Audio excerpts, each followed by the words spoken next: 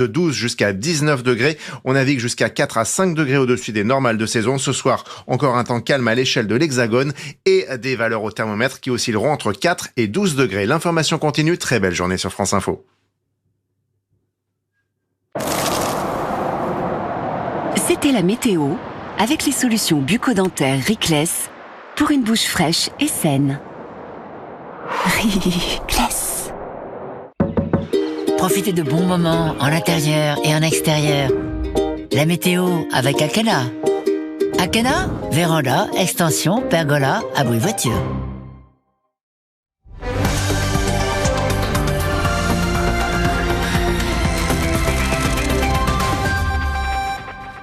Bonjour à tous, bienvenue sur France Info. Ali Khamenei est mort, le régime des mollahs décapités. L'opération Fureur épique a tué la plupart des dirigeants iraniens. Selon Israël, 40 hauts gradés du régime sont morts. Les frappes ont été impressionnantes dans le pays. On le voit sur ces images fournies par l'armée israélienne. On fait le point sur place avec Siavosh Ghazi, correspondant France 24 RFI. Des frappes très très intenses dans ces quartiers du centre de Téhéran qui ont provoqué une certaine panique parmi la population. Et de leur côté, les Iraniens ont également intensifié leur riposte, puisque pour la première fois, l'aviation iranienne est entrée en action en frappant une base américaine au Kurdistan irakien, mais aussi des bases américaines donc dans plusieurs monarchies arabes du Golfe Persique. C'est la première fois que l'armée de l'air iranienne, qui est plutôt une armée obsolète avec des avions assez anciens, entrent en action pour frapper les bases américaines. Et les frappes sur Téhéran qui ont continué ce matin. Israël divisait les batteries de missiles balistiques et les systèmes de défense antiaérienne du régime. L'information de la mort du guide suprême a été confirmée cette nuit par l'Iran. Donald Trump appelle déjà la population sur place à prendre le pouvoir. On fait le point sur la situation avec Julien Elion. En pleine nuit, la télévision iranienne fait une annonce qui pourrait bien changer l'histoire. La grande nation iranienne, le grand esprit du pays et le grand leader de la nation islamique, l'imam Ali Khamenei, ont rejoint le royaume suprême en buvant le nectar du martyr pendant le mois sacré du Ramadan. Le guide suprême est décédé dans une frappe israélo-américaine sur sa résidence en plein cœur de Téhéran. Sur ces images de la Maison-Blanche, on voit le président américain suivre le déroulement des opérations. Khamenei, l'une des personnes les plus diaboliques de l'histoire, est mort. L'information fait rapidement le tour du pays. Certains Iraniens exultent, comme ici. Je rêve, bonjour nouveau monde.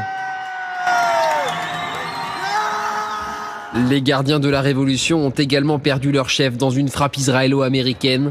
Ils promettent une réponse sanglante et ont déjà frappé de nombreux pays voisins. La plus féroce offensive de l'histoire des forces armées va commencer.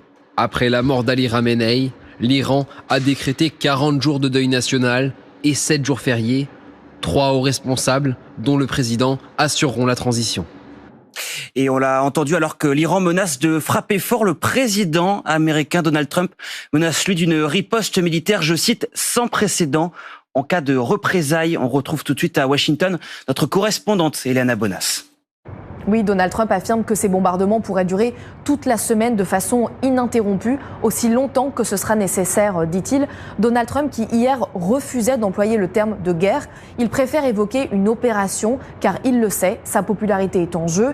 Il a mis en garde, des soldats américains pourraient éventuellement perdre la vie et depuis, une partie des élus du Congrès, majoritairement les démocrates, est vent debout. Mais même au sein du Parti républicain, même au sein du propre camp de Donald Trump, certaines voix s'élèvent contre ces frappes. C'est le cas notamment de Thomas Massie, qui est un député du Kentucky, qui a déclaré « Je suis contre cette guerre, ça n'est pas America First, ça n'est pas l'Amérique d'abord ». Il reprend là l'un des slogans phares de la campagne de Donald Trump, slogan à travers lequel de moins en moins d'Américains semblent se retrouver.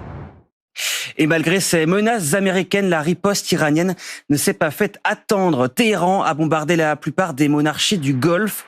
Plusieurs explosions ont été entendues au Qatar, mais aussi à Dubaï et dans la capitale de Bahreïn, Manama, à Oman aussi. L'Arabie Saoudite dit avoir repoussé des frappes. L'Iran, de son côté, affirme avoir visé avec succès des bases américaines en Irak et dans le Golfe. Et on apprend que des explosions ont été entendues ce midi au-dessus de Tel Aviv. Et pendant ce temps, en Iran, des rassemblements ont lieu notamment dans le sud du pays et à Téhéran. Des foules, drapeaux à la main, venues défendre le régime et réclamer vengeance après la mort du guide suprême.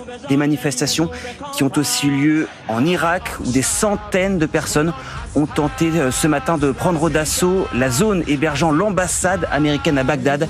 Mêmes images au Pakistan où des pro-iraniens ont essayé cette fois-ci de pénétrer dans le consulat des États-Unis. D'après les secours, 9 personnes ont perdu la vie. Dans un instant, place à questions politiques. C'est l'ancien Premier ministre Gabriel Attal qui répondra aux questions de nos journalistes. Il réagira évidemment à cette actualité iranienne. Restez sur France Info, on va évidemment continuer cette édition spéciale à partir de 14h. On reviendra évidemment sur toute cette actualité.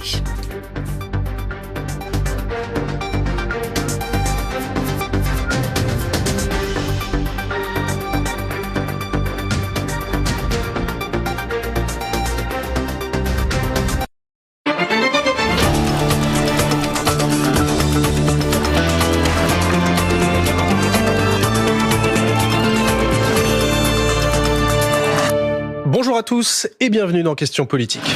Un saut dans l'inconnu pour le Moyen-Orient, c'est sûr, et pour le monde, certainement. Le guide suprême iranien Ali Khamenei est mort, éliminé par les frappes américaines et israéliennes, au pouvoir depuis 37 ans. Il était notamment responsable de la répression terrible qui a coûté la vie à plus de 30 000 manifestants en début d'année. Scène de liesse hier soir dans certains quartiers de Téhéran pour saluer la disparition de l'ayatollah. Mais le régime des mollahs peut-il vraiment tomber ? Et surtout, quel avenir pour le peuple iranien ? L'histoire, avec un grand H, retient son souffle. Et l'Europe et la France dans tout ça, sommes-nous condamnés au rang de simples spectateurs, de simples commentateurs ?